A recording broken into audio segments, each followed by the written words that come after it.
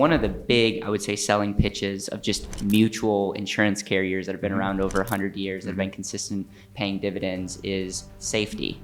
Can you help us unpack what that actually looks like from a standpoint of how safe are insurance carriers compared to other alternatives? I've been running Lafayette Life since 2019. That's one, just the power of compounding is really important. When I think about it, I always talk about the three legs to the stool.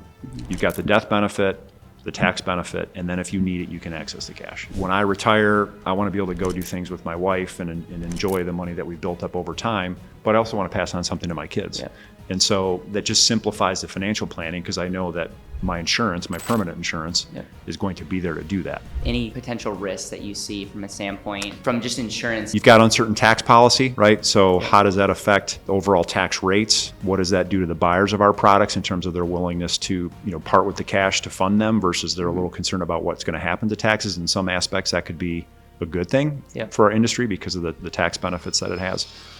When you look at the type of assets that, let's say, Lafayette Life Insurance, from a standpoint, where are most of these investments being held?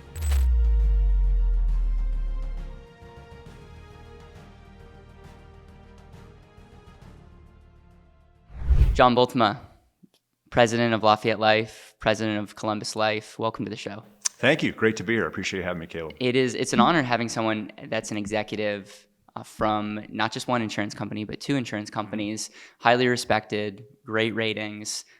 If anyone follows what we do at BetterWealth, we have another channel that just talks about life insurance. They know that Lafayette Life is an insurance company that we talk about a lot. And I don't get to talk to executives of these insurance companies very frequently. And so I appreciate you taking time out of your day to make this happen. The purpose of this conversation would be we can just get to better know how executives are thinking, because I think there's a lot of wisdom in looking at all different spectrums. And obviously you might have a different perspective than other people potentially selling this, or even clients owning life insurance. So welcome. Thank you. It's great to be here. I appreciate having me, Caleb. Think a lot about what you're doing, and love to have some youth in the industry and in the business. That's one of the concerns that I have is how are we going to replace the talent that's leaving the industry and leaving the business, because the need is so vast. It's really important that we have people coming into the business and into the industry. And I know you've got a lot of passion for it. So happy to be here. I appreciate you having me. If you had to give a 3-minute overview of who you are, what are the qualifications of you running a mutual insurance company? I know that you had 22 years of banking, which is interesting, but why don't you give that backstory? Yeah, so real quick, originally from Michigan, grew up in a household that my dad was an entrepreneur, owned his own business. My grandfather owned his own business. I thought I would be in business for myself, had a lawn business in high school, spent a lot of time working for dad when I was younger, but was always fascinated by economics, finance, and just had this desire to get into that space. So I worked side by side with my dad for many years. We ran a marina business, scaled it up in Michigan, then got into banking. And as you said, I did that for 22 years. And what I loved about banking is that it was a relationship business. I got to see the other side of the table, the other side of how loan decisions are made, how banks interact with business owners.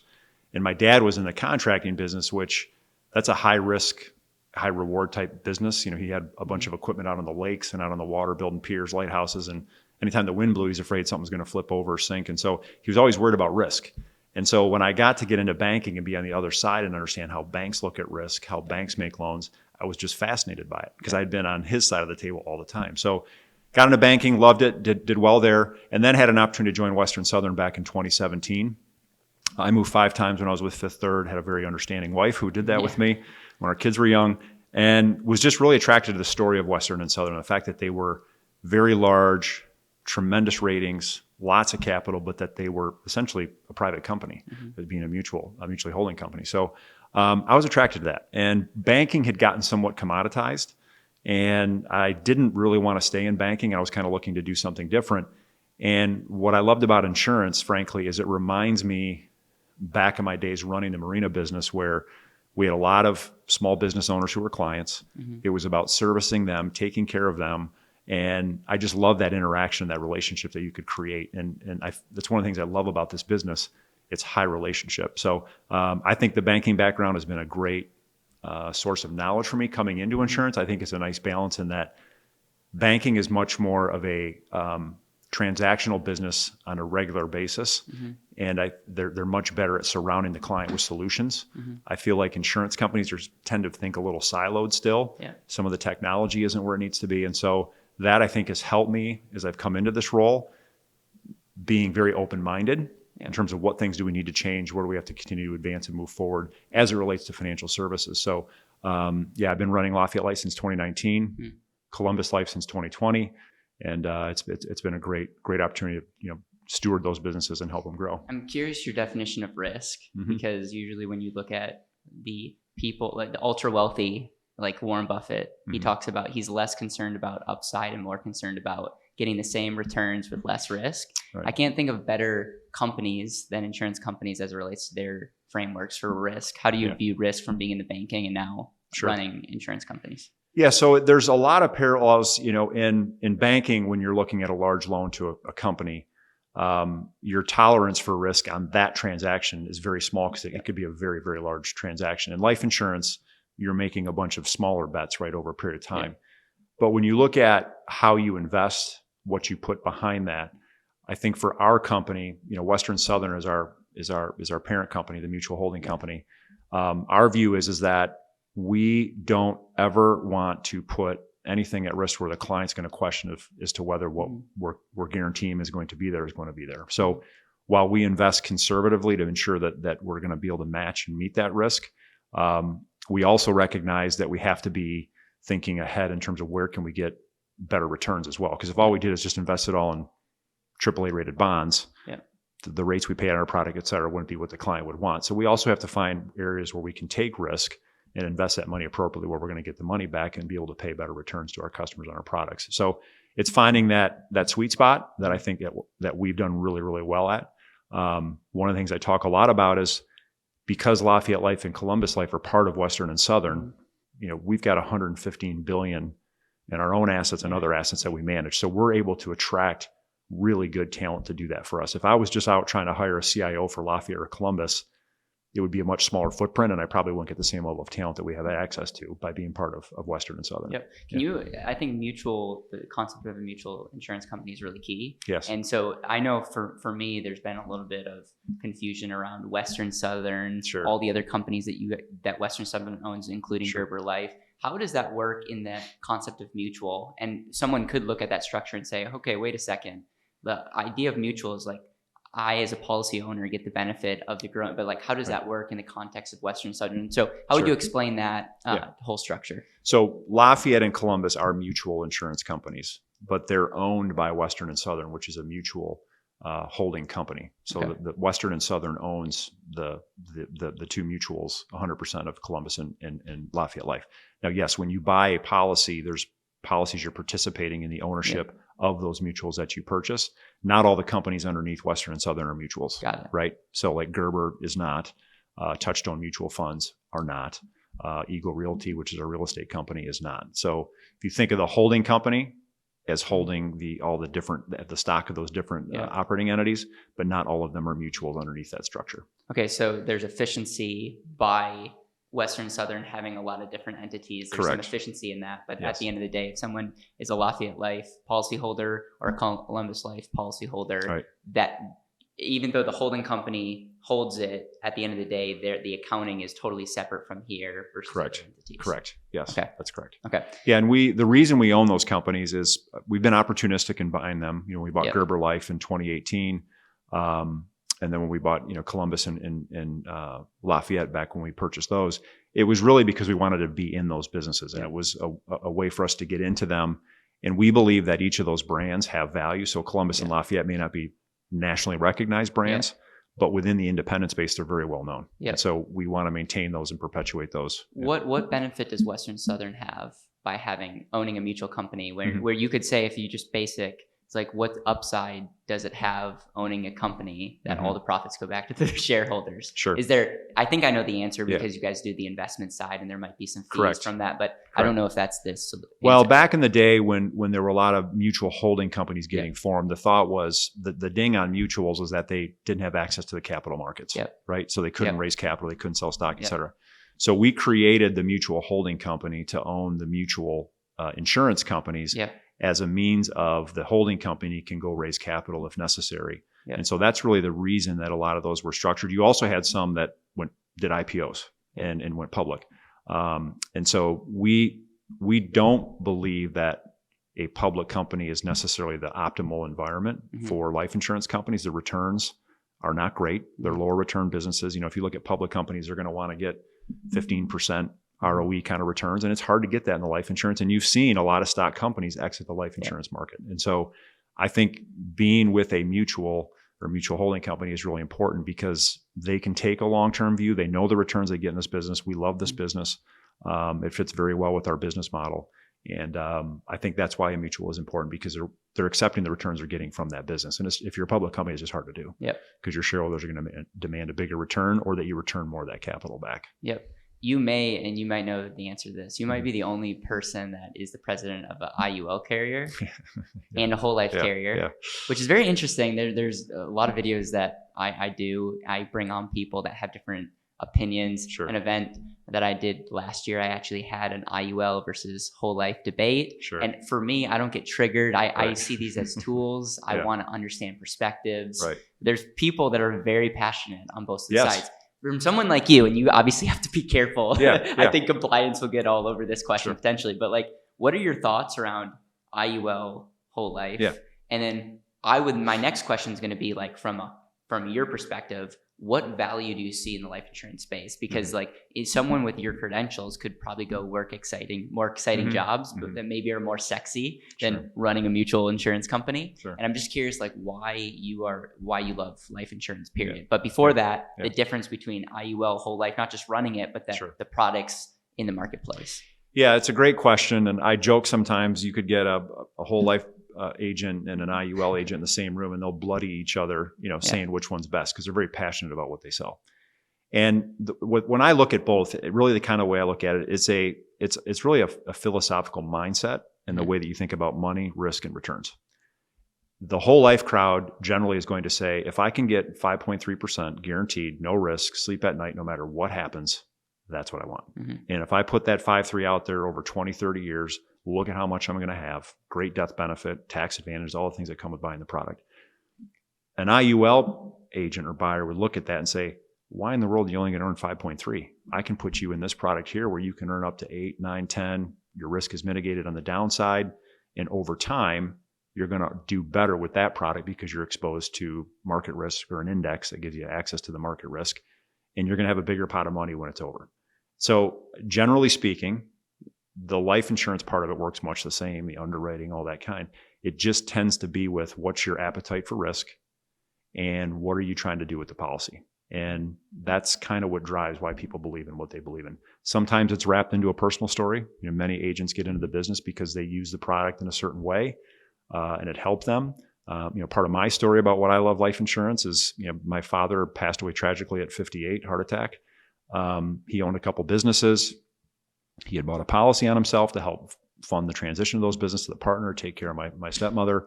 So I got to realize that, firsthand, younger than I wanted to, what those products can do when they're properly planned and placed. And when people buy them early and hold them for those events, it makes a big difference in somebody's financial future when they have them. And it's at a time when it's just a difficult emotional time when you're going through that stuff. To have that product there is huge. So I've had a personal experience with it, which is one big reason why I believe in it. Yeah, when we look at just life insurance for the marketplace, I have videos that talk about life insurance as a potential bond alternative, as if you understand how life insurance, when set up used properly, with the other benefits that are included with it, you may not want to. You could potentially swap that with bonds, and there's a lot of people in the academic space that are talking about that.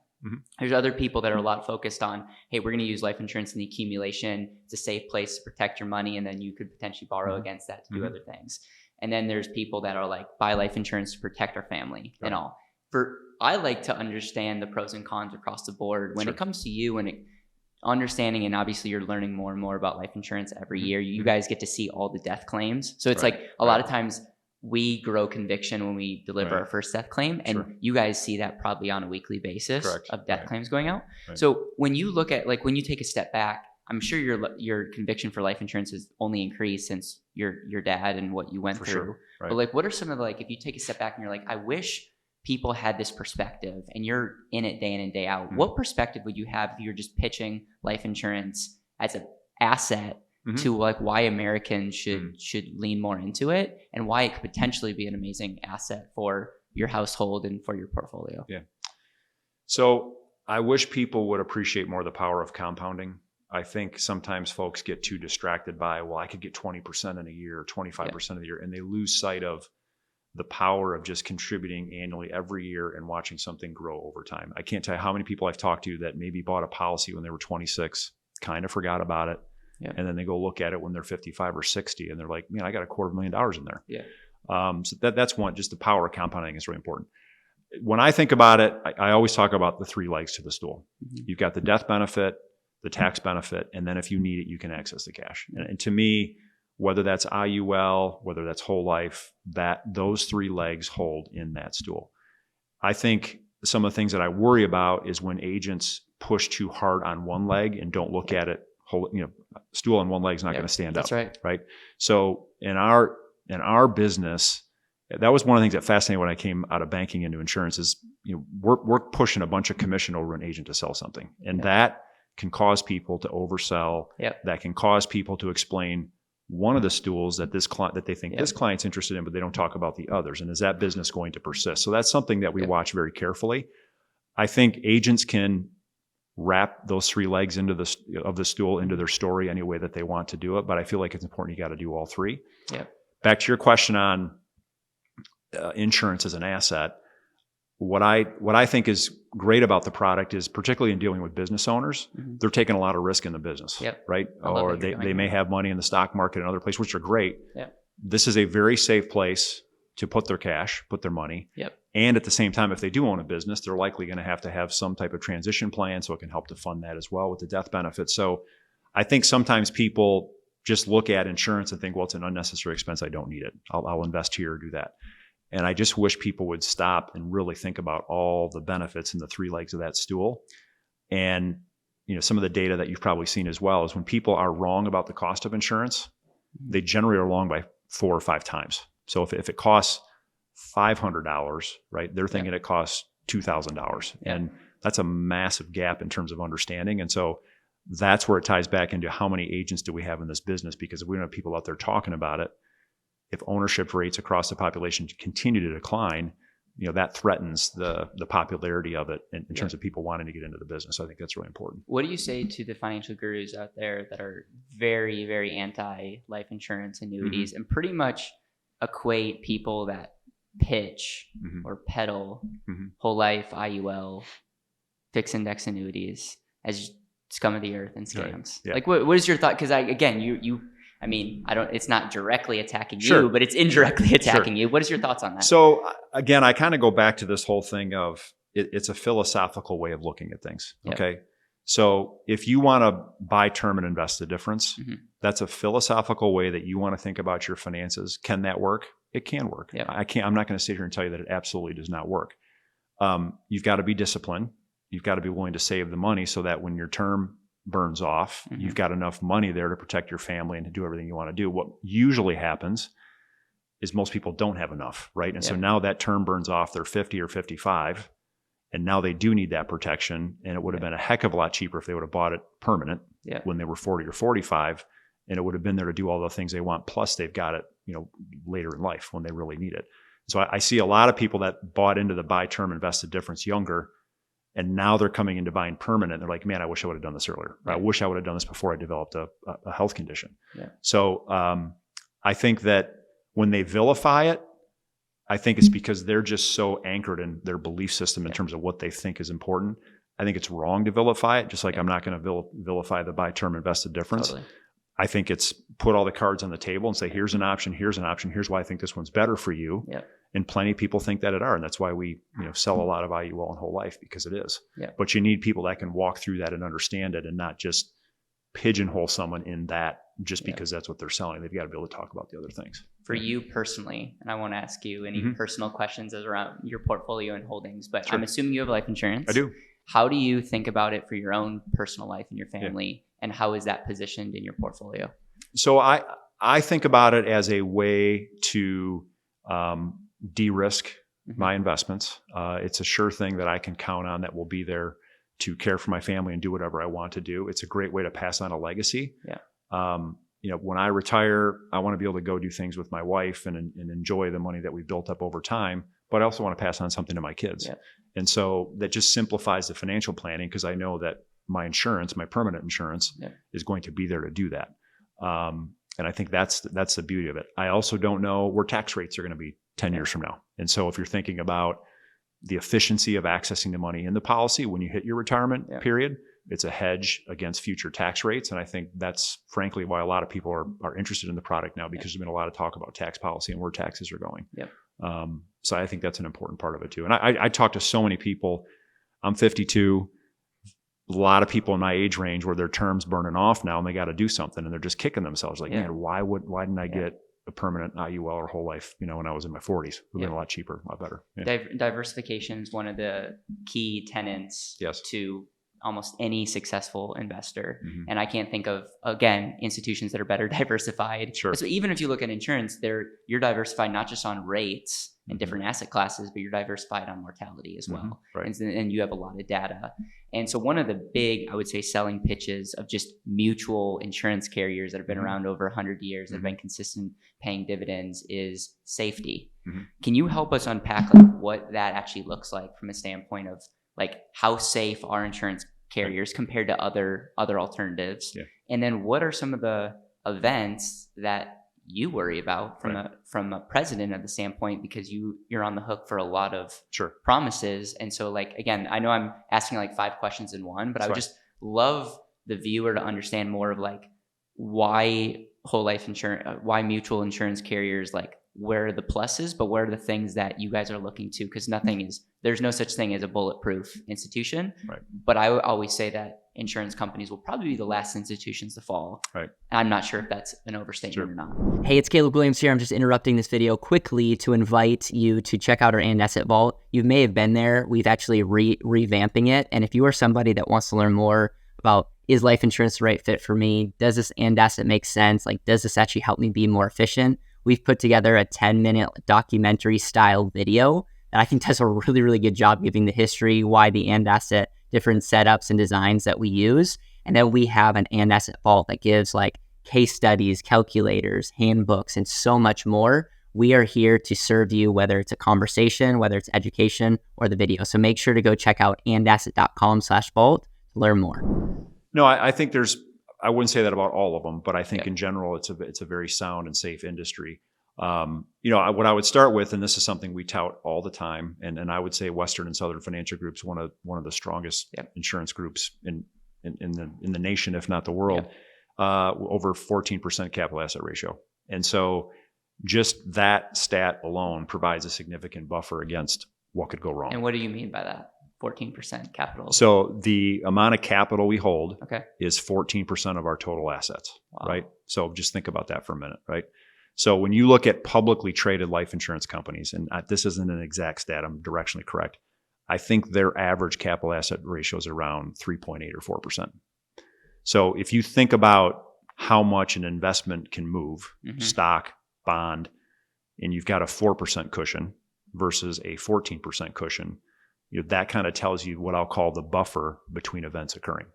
Now, there's a difference as to when you got to mark everything to market. Your equity holdings at an insurance company are marked to market every month. And even though if you don't sell them, they're reflected in your earnings. So it's going to add to your capital base depending on how that cycles through. The bond portfolio is not marked to market every month. So you could be carrying either big gains or big losses, and that's not going to show up in your net worth every single month because they're not changed. But the important thing is that most insurance companies are well diversified in terms of what they invest in. We just want to be that company that no matter what storm hits, we're there because we maintain those buffers. And that's something that's just core to who we are. And we don't ever want anyone to have to worry about whether that's going to be there or not when things happen. What it is that causes that to occur, when it's going to occur, it's hard to say. Obviously, if I could predict the future, I would do a lot of things different. But we just want to make sure that we're ready for anything that comes our way and that we're going to be there and people can count on it. When you look at the type of assets that let's say Lafayette Life Insurance Mm-hmm. from a pie standpoint, where are most of these investments Sure. being held? And So biggest percentage is going to be in highly rated bonds. Mm-hmm. Right? That's the bastion of where insurance companies tend to invest.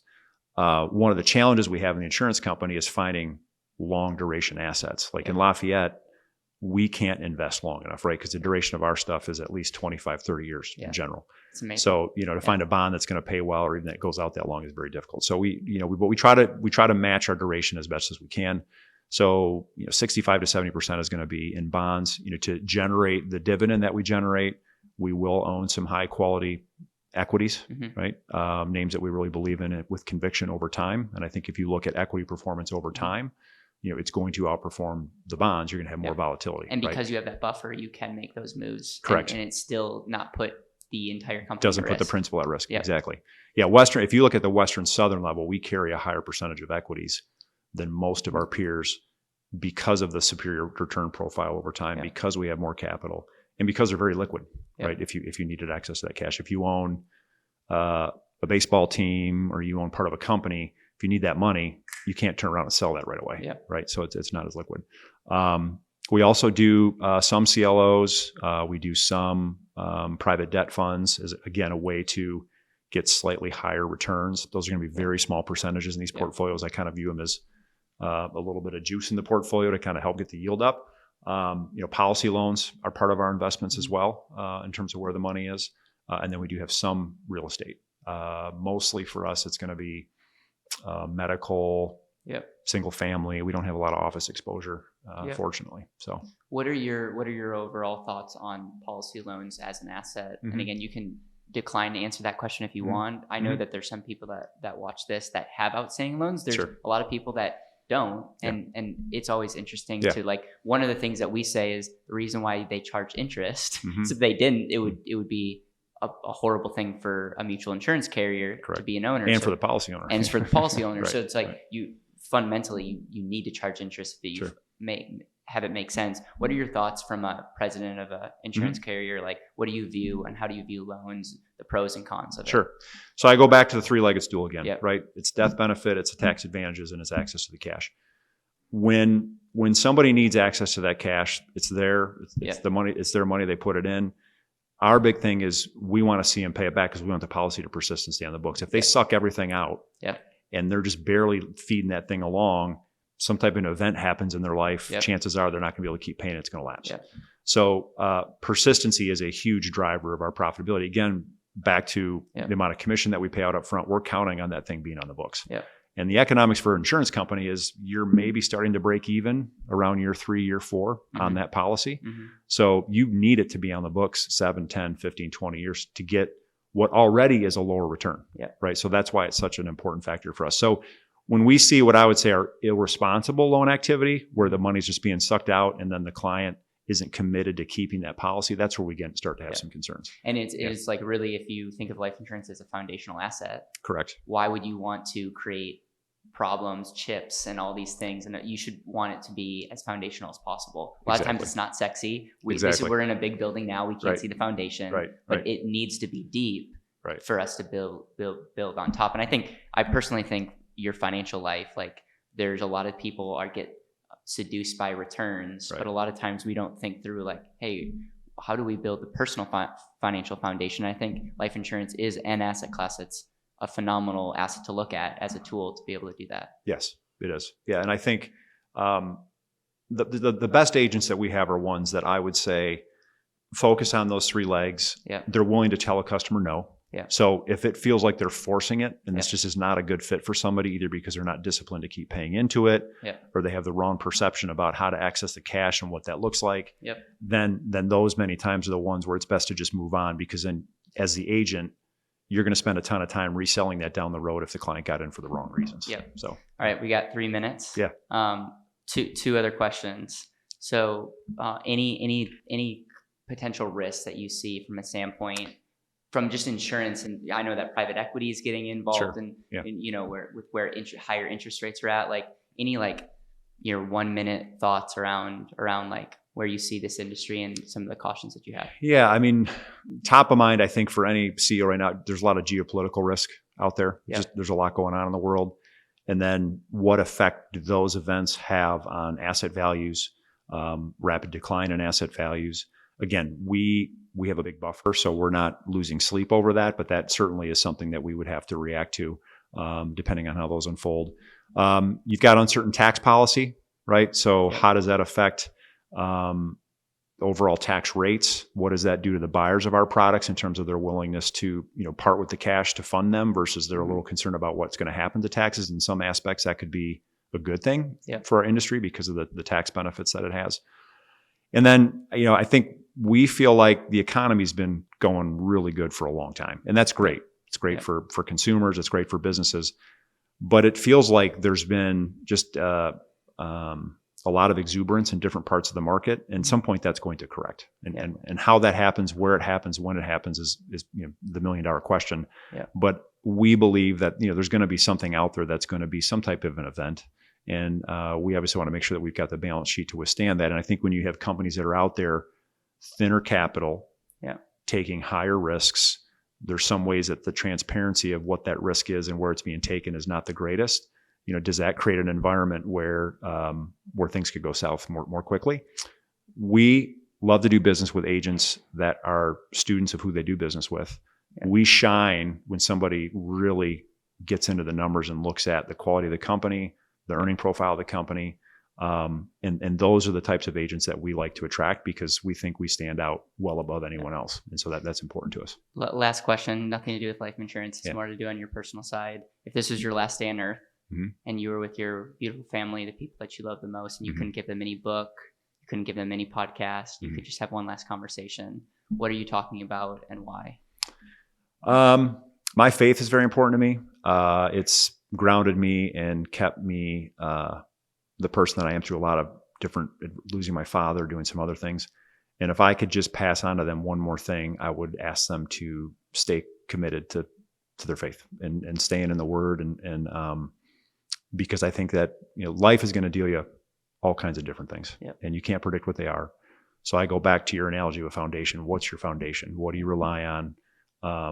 And to me, relying on your faith is what gets you through those things, and that's what I would want to leave with them if I had one last conversation. Yeah, I know you got to catch a flight. Thank you for taking time. Yeah, you're welcome. Do this. Yeah, and look, I'm grateful that I know you, and I'm excited to see what the future holds. Yeah, likewise. Thanks for having me, Caleb.